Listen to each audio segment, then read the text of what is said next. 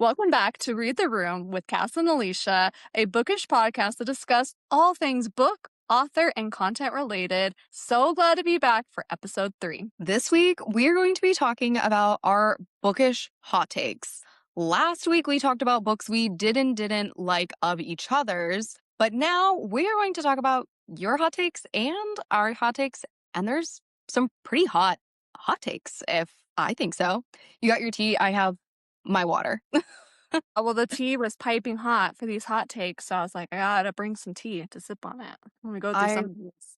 I respect it. How are you doing today, Alysha? I am doing good. I got to talk to Samantha Shannon today, and it was absolutely a dream. So that was so fun. Check that out on my YouTube if you haven't. She was amazing. I am so jealous. I love her. We both love the Bone season so much. I'm just so jealous that you get to talk to all these authors. That's so cool. She was really cool, and I think she is gonna have a US tour.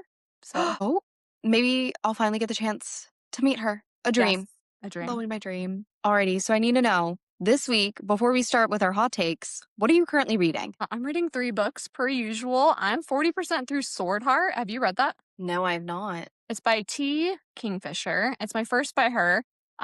It's pretty good so far. It's more like cozy fantasy. It really fits in like the everlasting and this kingdom will not kill me vibe. So both 2 books that you don't like. It doesn't have time travel. This Kingdom Will Not Kill Me didn't have time travel? It didn't have info dumping. Well, I'm also 50% through Tigana, which is our Fable, but Hidden Gems? I have so many buddy reads. I'm like, you were getting there. I was hoping you'd get there, but like you just kept going the wrong way. I know. I was like, wait, I was like going in my head, like in order of my Fable. Yeah. So 50%, I do not like it as much as I loved Lions.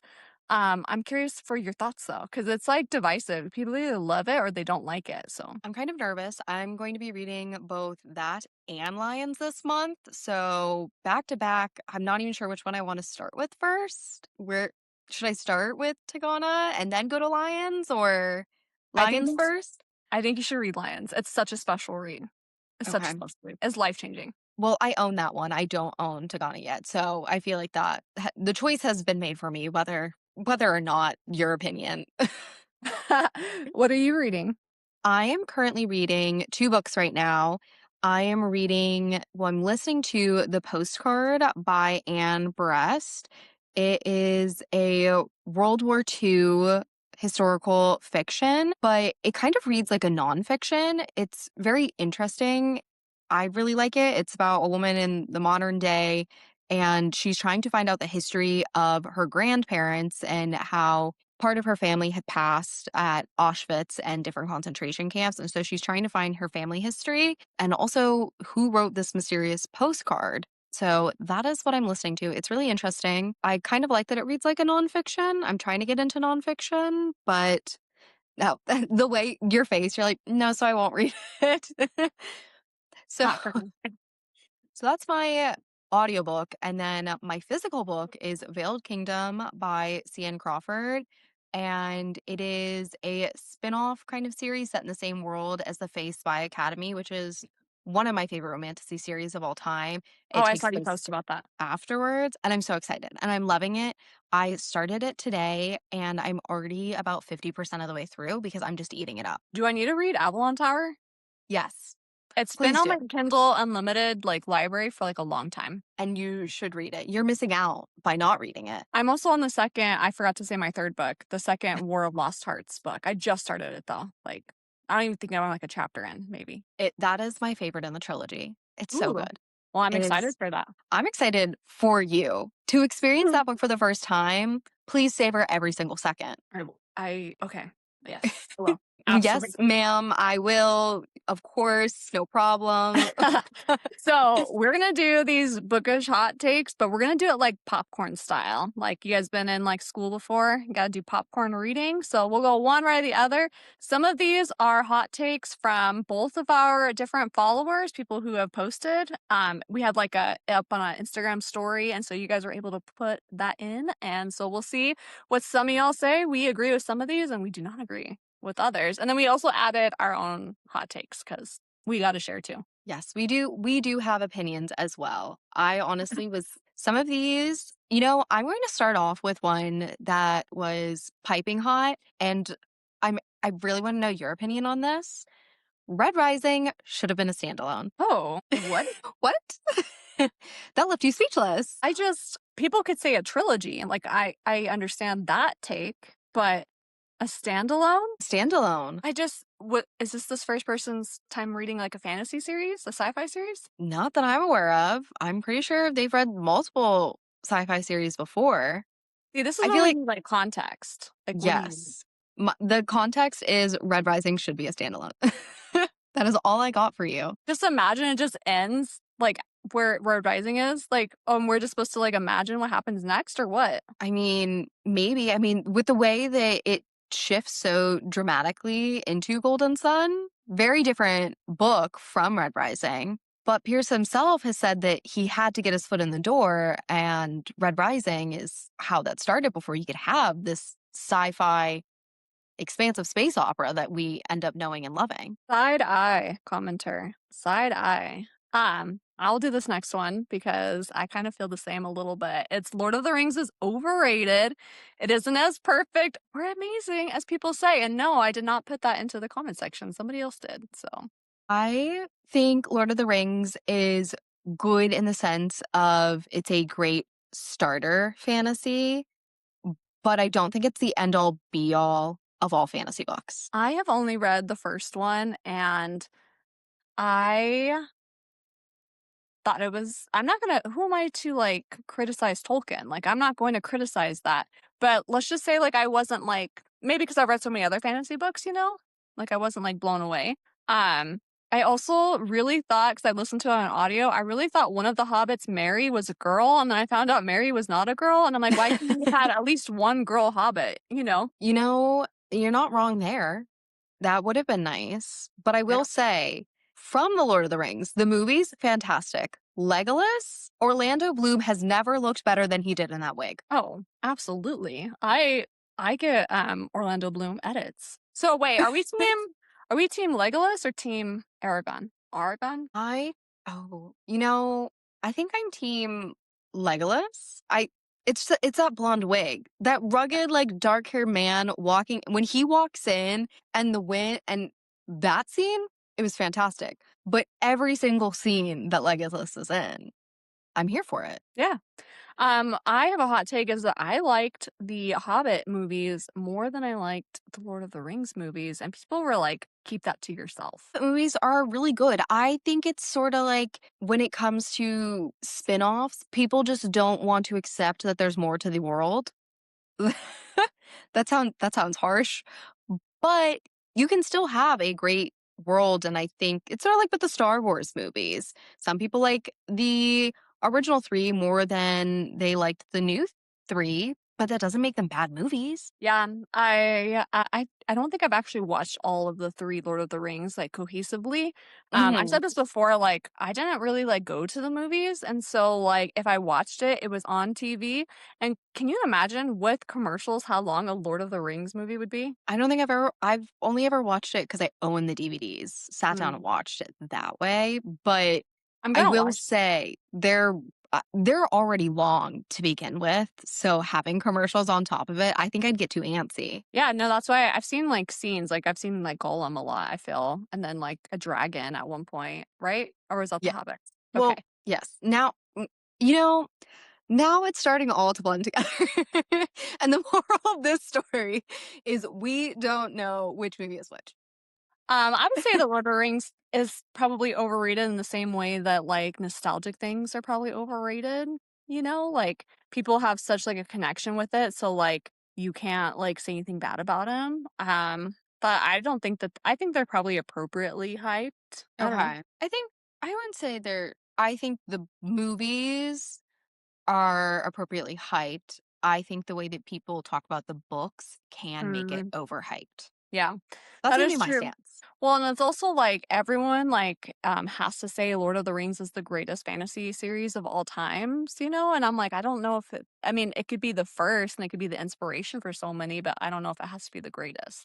I completely agree with you. I don't think it's the greatest. There are a lot of other fantasy series that I think are better out there. Did it lay a foundation for fantasy that we all know and love? Yes. And you can go back to the roots. That doesn't make it the best. I just know someone's gonna be chatting with us right now.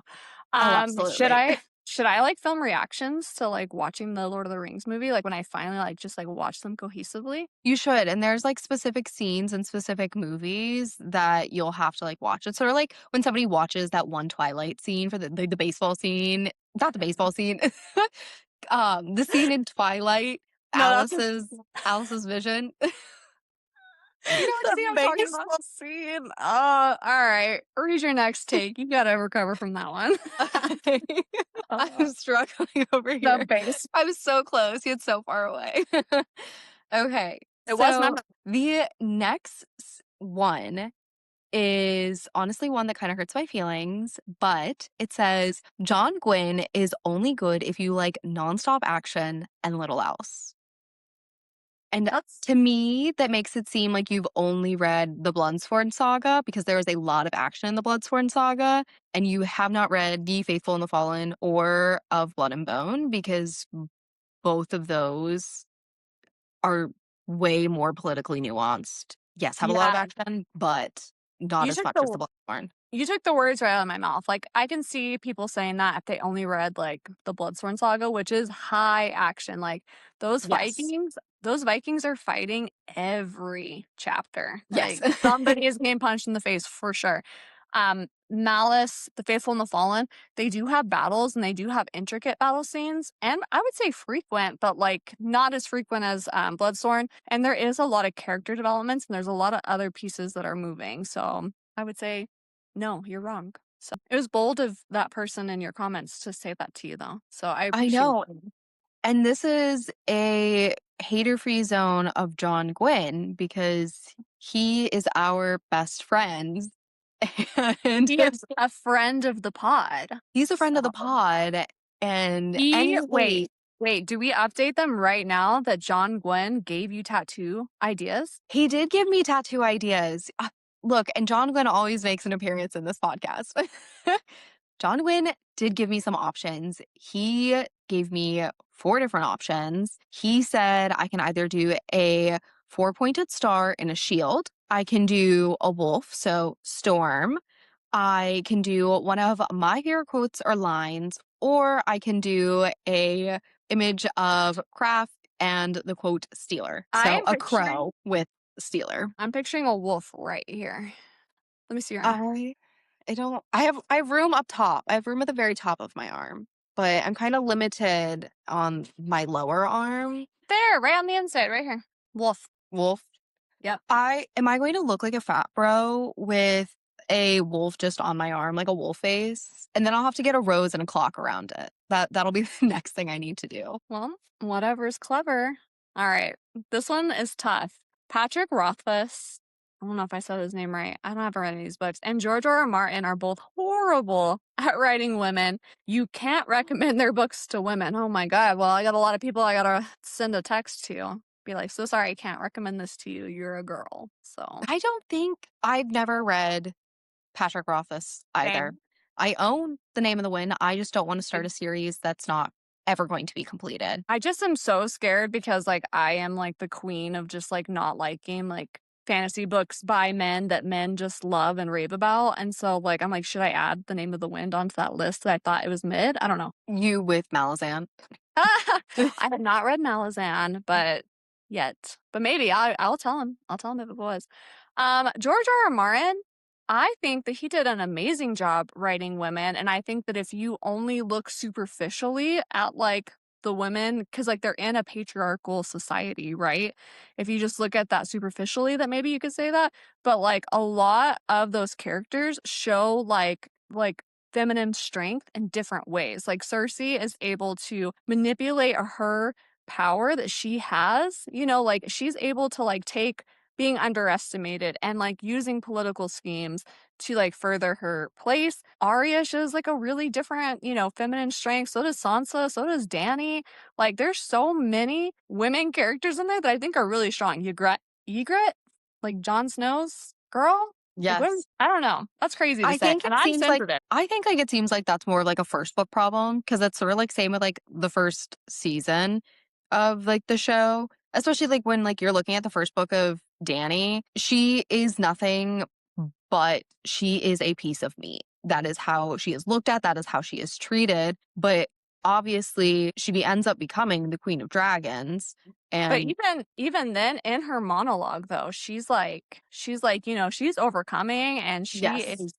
she is like gathering strength around her, like in a real like quiet way. And so like even the first book, like I feel like that he wrote her well, you know? Yes. I think when you look at as you said, like a patriarchal society, the way that these women are, the box they're forced to be in and the roles that they are forced to portray, the fact that there is so much that they are still doing and maneuvering behind the scenes without anybody realizing and knowing. Without them, half of the things that happened and break and there are so many issues wouldn't happen if they didn't push it to the forefront.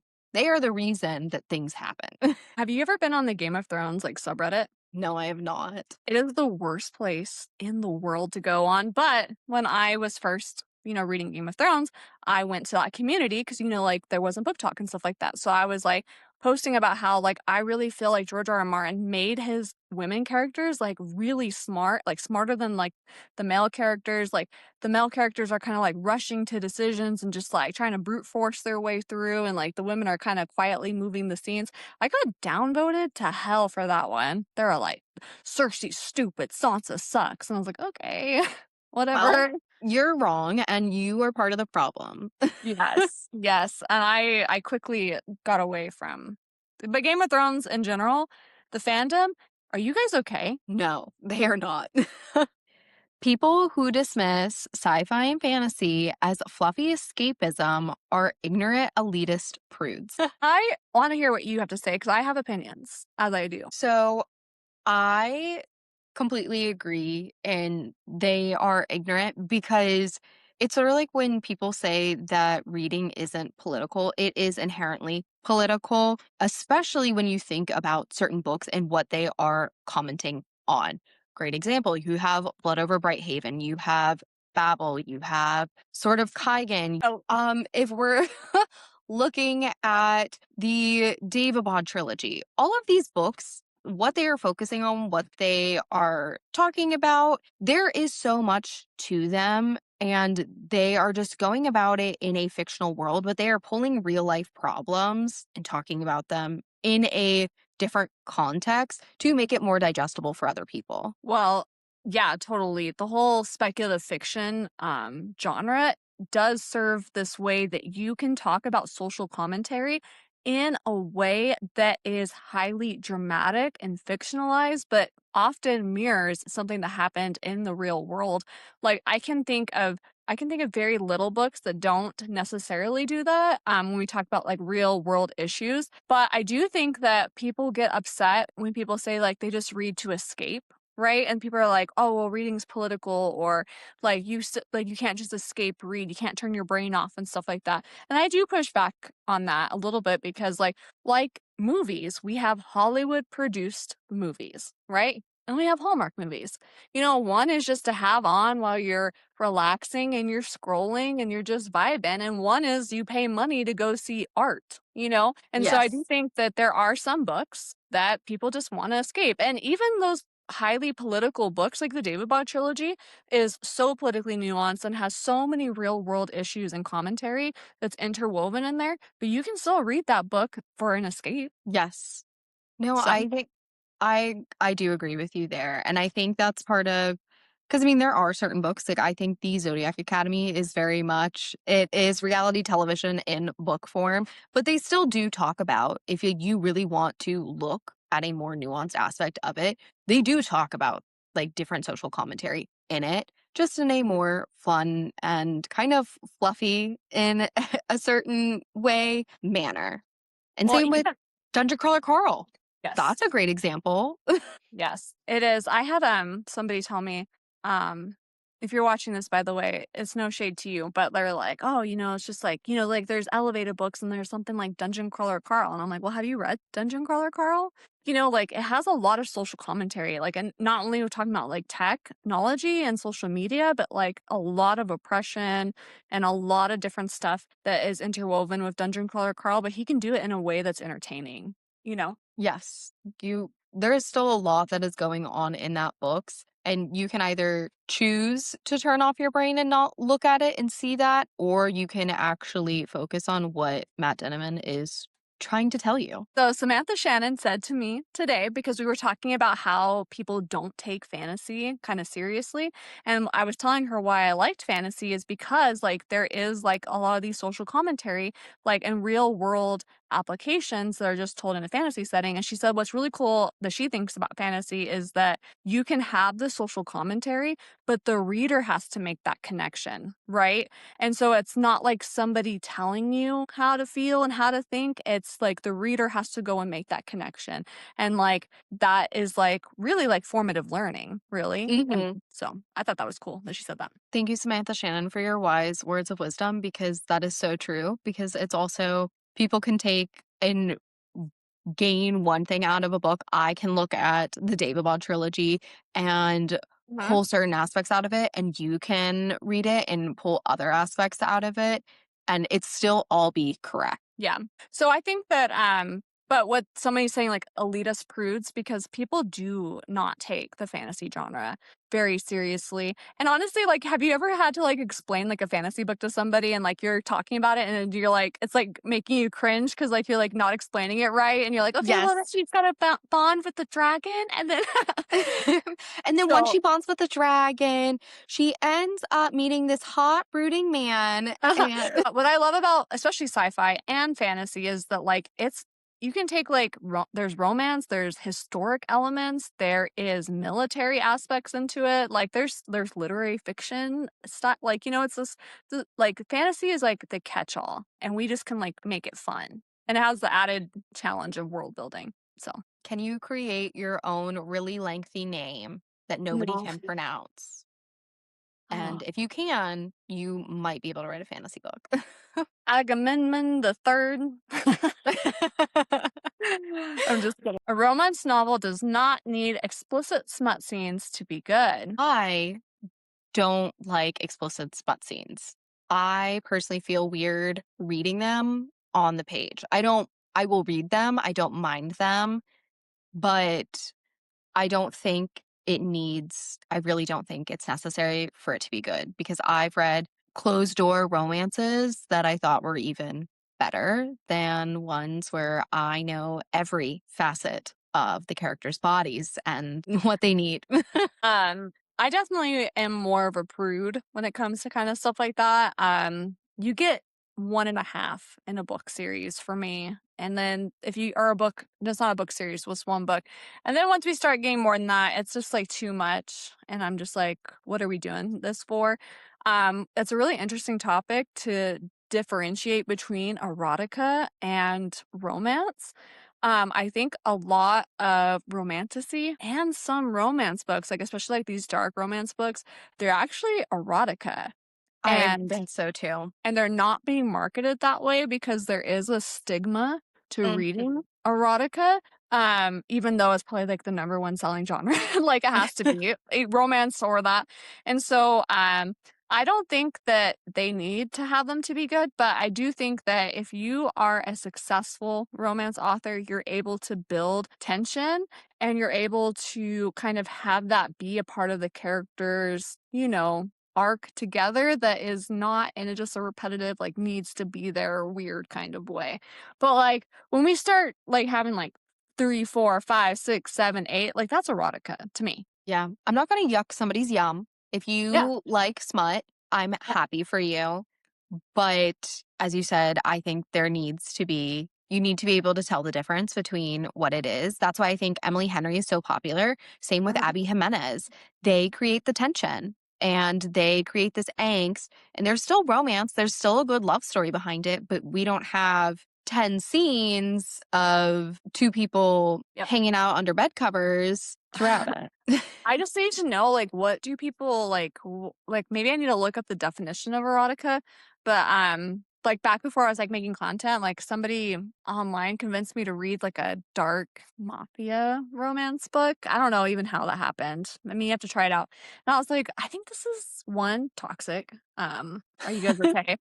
To erotica, and I think that a lot of people are not differentiating between that, and I think a lot of romance authors and fantasy authors too are feeling pressured to like add it to their books because it's literally so popular right now. And I think that I think people need to like kind of like have that sort of line of what is, I realize like it's hard to like have a definition between what is too much and what is not. And I feel like there needs to be kind of like a line that says if you are learning every single aspect and we're seeing 10 different smut scenes, it should be more marketed as erotica as opposed to romance. Because, yes, you obviously have that steaminess in a romance, but that isn't what makes a romance a romance. That's Right. why Penelope Douglas is under erotica, not under romance. I'll have to take your word for it. I have not read. I've not read any. I've read one book by her and it was Birthday Girl and it was an experience is all I'm going to say about that. And like really like what we have now is like we have us book talk creators, and I mean not us particularly but just like the community, like they have like these pepper chili scales, like they have the 5 chili pepper scale and stuff like that. No, we need something different, like, and I just feel like that like we're coming to where women are like embracing like and it's like we're embracing women's sexuality, like we like to read these books, which is cool, but, like, I do think the term erotica is important for somebody who wants to pick up a romance book and doesn't wanna just be inundated with smut. So, No, and we obviously know that erotica is popular because 50 Shades of Grey exists. yeah. And I read that book in high school not knowing what it was, by the way. Carrying it around I in my high school all the way before it was, like, that popular. But then, like, it got kinda popular, and then, one of my coaches was like, "Wha you should not be reading you that." And I should was not like, be. I was thinking the same thing in high school reading that. I "Yeah." remember seeing my mom read it and I was like, "Mom, what are you reading?" And she was like, "None of your business." Absolutely none of your business. I did not like it, by the way. I'm just letting you Um, know. So, yeah. the one book I remember reading in like high school was Girl with the Dragon Tattoo. No, I think it was in middle school. Either way, there is a very graphic Yeah. grape scene in Yeah. that. And my grandmother recommended that book to me. And my mom was like, I gave it to my mom afterwards and she was like, "You read this?" In middle school? In middle school? So many people will ask me like what is like appropriate for their kids to read because I'm a high school teacher and I've read a lot of books and I will not answer for them. I can't. I'm like I really don't know. Like, it's just like such a personal decision, I feel like, for parents. Like personally for me, no book was off limits for me. Like my dad didn't limit me at all and I could read whatever I want, and like I think there's benefits to that, but like also like different kids, like maybe you shouldn't have been reading The Girl with the Dragon Tattoo in middle school. I definitely probably shouldn't have been reading 50 Shades of Grey. So like don't ask me what your kids should read. That's like you got to figure that out. Sorry. If I recommend any book to somebody like in middle school, it'd be something that like I remember reading in middle school that I know was appropriate. Yeah, and even then like cuz like think about Aragon, which is like a young adult series. Like it's Hmm. pretty graphic violence. Yes. So like even then I just get nervous. Like I don't want, you know, I don't know. Is that just weird for me? It's like a teacher thing. I think it might be more of a teacher thing because all of the kids that I read to are usually less than 2 months old, and I'm reading like Chicka Chicka Boom Boom. A told B and B told C, I'll meet you at the top of the coconut tree. So this one's not as hot, but I'm curious what your thoughts are. It's okay to crack spines. You bought that book, girl. You bought the book. So, It's your book. You can do what you want with it. so I won't crack my spines. are we talking about But like hardback? Or are we talking about like paperback? Paperback? paperback, I'm guessing. Well, if you look at my books here, most of these books have not actually been read. They are my trophies that I loan out to They're people. props. Yes, actually. But wait, I have a book right here. Let's see. Oh, that spine is cracked. I have Oh, like pages that are almost that coming looks out, like so you dipped it in a puddle of water. open. Oh no. So Okay. your answer is it's okay to crack spines. Look, it says a Clash of Kings in here.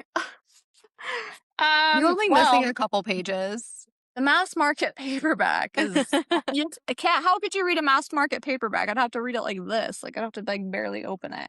So I have cracked them, but not intentionally. I'm just was like reading them, you know. So if anyone like to give me a new Clash of Kings book, just kidding, I have one. Yeah, I don't crack my spines. I don't like the look of it just because I keep like most of my spines out. I don't like the look of it. Hmm. But if you want to crack your own spines, go right on ahead. Yeah. That's my thought. Poor George R. R. Martin. He's taken 2 strays. Brutal. Yes. All right. This is I not a hot take. This is the truth. And that is romantasy books are starting to feel too similar. I do agree to an extent, but that's also because I think everybody is writing the same things. There's not as much uniqueness to stories anymore. And when there is too much uniqueness, or if they does take on a different like trail, then you guys start booing them in the chat and you start saying, this is terrible. And so like, yeah, there's formulas, there's tropes that are tried and true. And I feel like romantasy is just being fast, fashioned, published Yes. published right now. And so everyone is trying to rush to market to get the cash grab, right? Like people who are writing romantasy by big traditional publishers, they're making bank. Like they're rolling in it right now. So I get it. You want to do it. And so like we're not getting like well thought out. But like books take years to publish. And when you have somebody who's writing, editing, and publishing a book all within under a year, side eye. Yeah. I do think that romantasy is fast fashion. A lot of things are being reused, but I blame that on tropes. I think tropes and the emphasis on tropes is the downfall of romantasy books And why because do they you have those tropes though? Why do they market it that way? and they spoil everything with a trope. Well, Tropes are that, spoilers. That's my opinion. well, if you like, because like I used to be on Book Talk like before I was making content, and I was like heavy on the romance book talk because that's the majority of it, right? And so many of them, they're like, I need an enemies to lovers with a this, this, and this, and this, and like people are giving out those curated lists. Like you want to, who did this to you? A black cat. Golden retriever, enemies to lovers, forced proximity, and like they can give you like 5 books that have that, and people are eating it up because they have a specific taste that they want. And I really do feel like everyone is trying to chase the high of whatever their favorite big romantasy book was that they read, you know, Akatar or Fourth Wing or whatever. And so everyone wants to get all these tropes. And so that's what people are marketing them as. So I don't blame publishers for that, but I do blame kind of just like that's what the market wants, you know? Yeah. I blame the consumers, like us as the consumer, for this happening. People complaining that romantasy all are starting to look the exact same, but it's because that's what we are asking for. That is what everybody's saying. Like, if you don't have, unfortunately, if they don't market it as the tropes, that's what people ask for. If like somebody will give you the synopsis, they're like, but what are the tropes? Oh, there's not one bed in the inn. Not gonna read it. Oh, he's not tall, dark, and brooding and a shadow daddy, don't want to read it. And that's why Well, all these books sound the same because you liked one book and now you want all the other books to be exactly like that. it feels like some authors are trying to hit like a checklist of like what the male main character will say to the female main character, like, who did Who this did to this to you? or like all these other things, and like it just feels not authentic. But also like for me, like when you are reading a romantasy book and you meet the clear love interest in the first chapter, it's just I don't like that. I'm trying to think, like, I think, like, When the Moon Hatched, people hate on so much, and I feel like that's not very tropey at all, and it does have a heavy fantasy world. I just feel like a lot of romantasies are focusing more on the romance, and they're not doing a lot of the fantasy, and so, like, it's making people disappointed. When we first had romantasy, it truly was, like, a fantasy book with, like, a With heavy romance. So yes. so, Moral of the story, maybe. yes. Not a hot take. For Not a me, hot take. Just what's really actually happening. this is the truth. Okay. Not all romance books need a third act breakup. For me, it is one of the reasons a romance book could go from 4 or 5 stars to 2 or 3. I hate a third act breakup. And there are times where it works. Rarely. There are times where it works, but it just depends on how you structure your romance book. If you have your characters get together at 40-50% of the book, like, what are they supposed to do? Just be happy ever after for 50%? Like, so But I don't think that there needs to be a third act breakup. They can no. have an issue, but I don't think it's necessary. And I feel like half the time, if I am throwing something to hit a romance book that has a third act breakup, 9 out of 10 times I'm going to hit a book that also has miscommunication is the reason for the third act breakup, which is one of And my least favorite tropes. well, and that's what I was telling people why I like Into the Blue so much, which is a love story. It's not necessarily a romance book, like marketed as a romance book. It's marketed as a love story, which is different. I found out by talking with Emma Brody, right? Like it's just like a different delineation. I feel like I like that book so much is because like there was true conflict within the characters, and it wasn't just like the characters were like fighting because like, oh, the guy just was there was a misunderstanding. The guy wasn't actually terrible, like we just misunderstood him, you know? Yes. And then with that book, like both of those characters were deeply flawed and deeply hurt each other, and so it made it good for me that way. Yeah, I loved that book. We both absolutely loved that book. And that, in that instance, when it comes to like Into the Blue, if there's a reason for it and it's a good reason, it's not just the checklist that you just talked about having to hit. Sure, go on ahead if there's a reason for it. But a lot of times they're just like, okay, let's get this final little bit of conflict in. Will cause John to have misheard Emma, and now they're breaking up. And then John's best friend comes over and he's like, actually, Emma, no, he was talking to my sister, and my sister's already married and loves, and that's how it always ends up going. And or in the insta love example, because they fell in love so quickly, they it's all catching up to them and they fell in love in the first 40 pages. Of course, they need to just add a little bit of conflict, but the conflict doesn't need to be a third act breakup. They can break up in the middle of the book if they need a breakup and just solve conflict together. It can be predictable for sure. What's your hot take? Oh, my hot take is that just because a woman wrote it does and it has a romance subplot in it does not make it a romantasy. So, I wholeheartedly agree with you. And a lot of times, if a man wrote it, it wouldn't be classified as romantasy, but because a woman did, all of a sudden, it's a romantasy book. yes, and I really do feel like it's just like unintentional. Like people will talk about like I have like male creators that be like, these are my favorite romantasy books, and they're just like listing off just like normal fantasy books by women. Yes. People don't know the difference between a book with a romance subplot and a romantasy book, and you can tell. And I And guess we need to have some education on it. And I was talking with Samantha Shannon about this too. It's just like, with the Bone season, it has romance in it. So like we feel like you have to be like, hey, it's got a romance subplot. If you like romantasy, try this out. But like, am I gonna be saying that to get people to read like Empire of the Vampire? Maybe I don't know, maybe romantasy girls, but like Yeah. or I'm not saying like, and this one has a really good romantic subplot and lots of spicy scenes all throughout the trilogy? You should read it. Yeah. I don't, So I agree with you there. some Hey, people think the city of brass is romantasy. I never even thought of it as romantasy. Just because there's a love triangle does not mean it's romantasy. And it is the best written love triangle that I've ever read. Like, are we gonna say the Hunger Games is romantasy? Like, is that where we're going? Obviously. Like, It's wait, how do you say like how do you say dystopian and romantasy combined in dystopian and romance combined into one? Ro rostopian?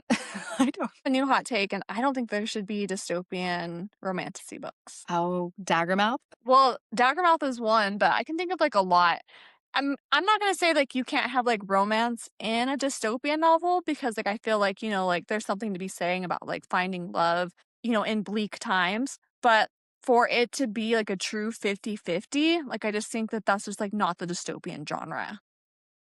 That's my hot That's take.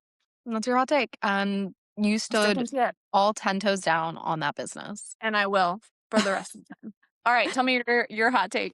Okay, my hot take is something that people complain about a lot whenever I talk about how many books I read is when people complain about others that read over 100 books a year, it's because people don't know how to prioritize reading. If I dedicate time in my day to reading because I love to do it, and that's how I do it. It would be the same. People watch so many TV shows every single day, every single year. Nobody's saying anything about the fact that you watch that many TV shows. It's because that's what you prioritized. So learn to Um, prioritize better, and you can read just as much as I do. I'm gonna flex on all of you guys, but from January till now, I have read 54 books and I am a full-time teacher.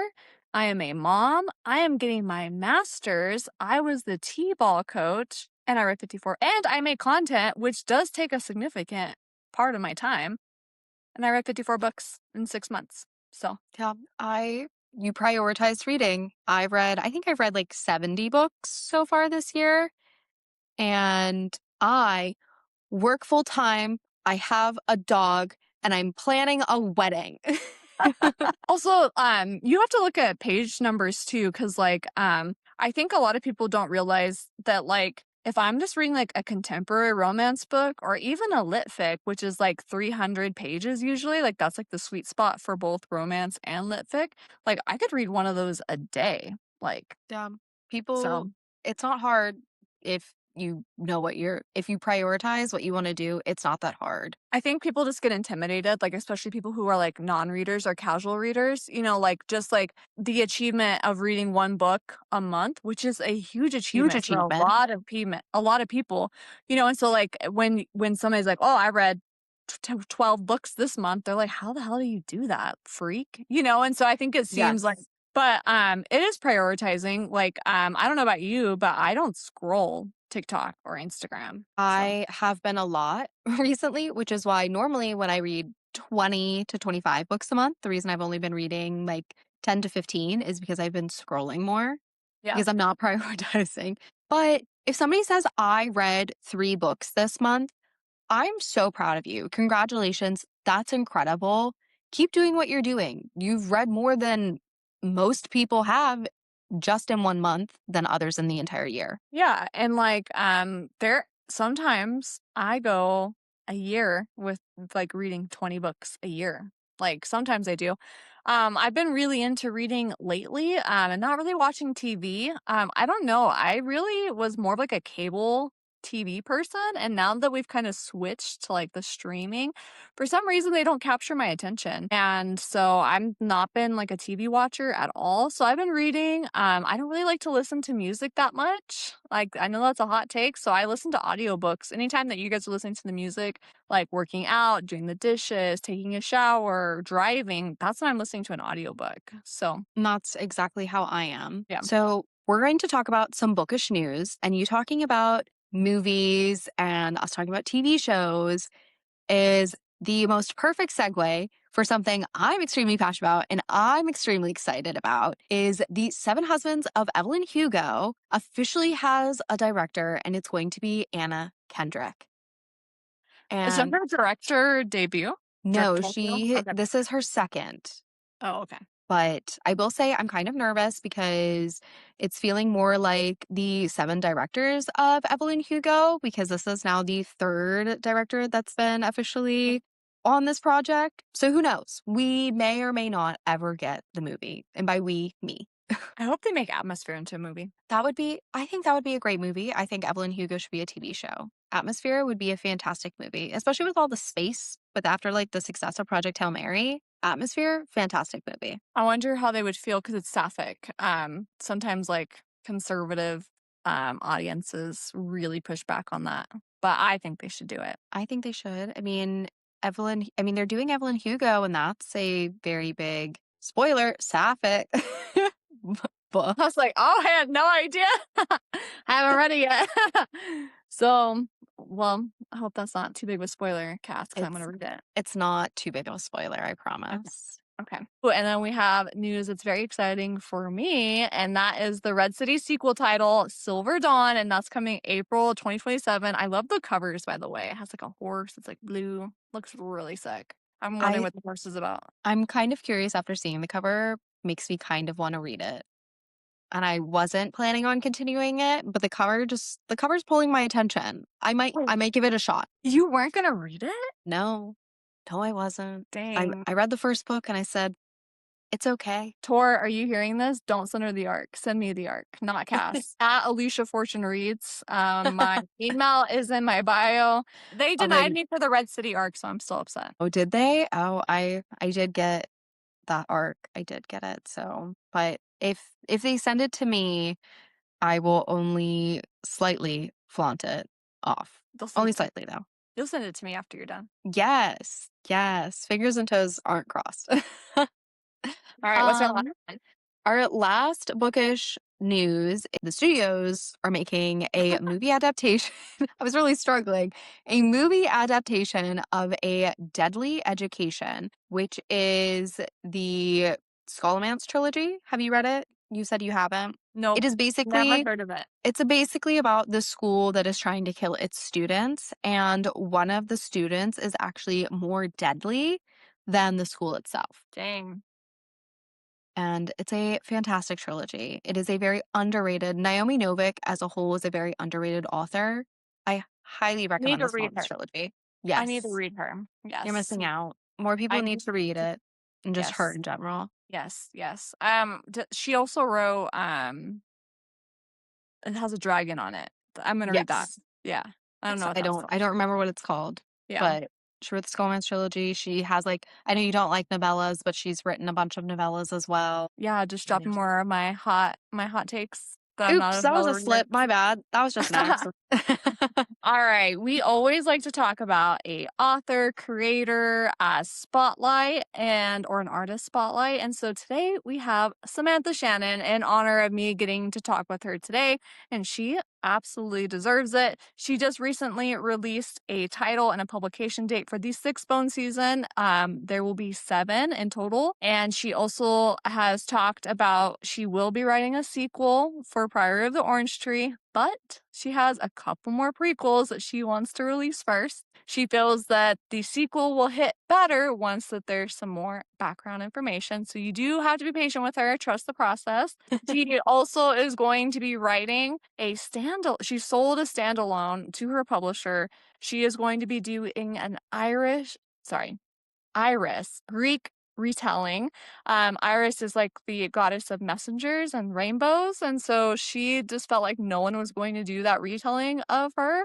And so I'm excited for her to have a standalone because she's been writing like these 6-book series, 7-book series, and so it'd be interesting to see her standalone. I'm really excited.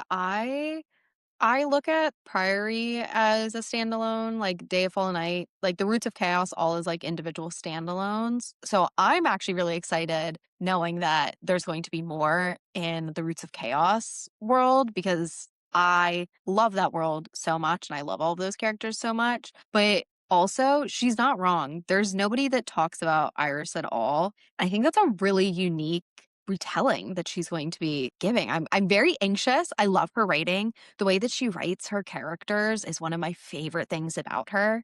And I cannot wait to see. Do you know who her favorite character is? Paige? Her favorite character she's created in all of her universes is Warden, Arcturus. And you know what? That's a fair assumption that I should have guessed. I was like, because of the fact that was my first thought, I was like, no, we're going to say Paige, my second thought. Warden, we both have the same critique, just might need to grow a little bit of a backbone sometimes.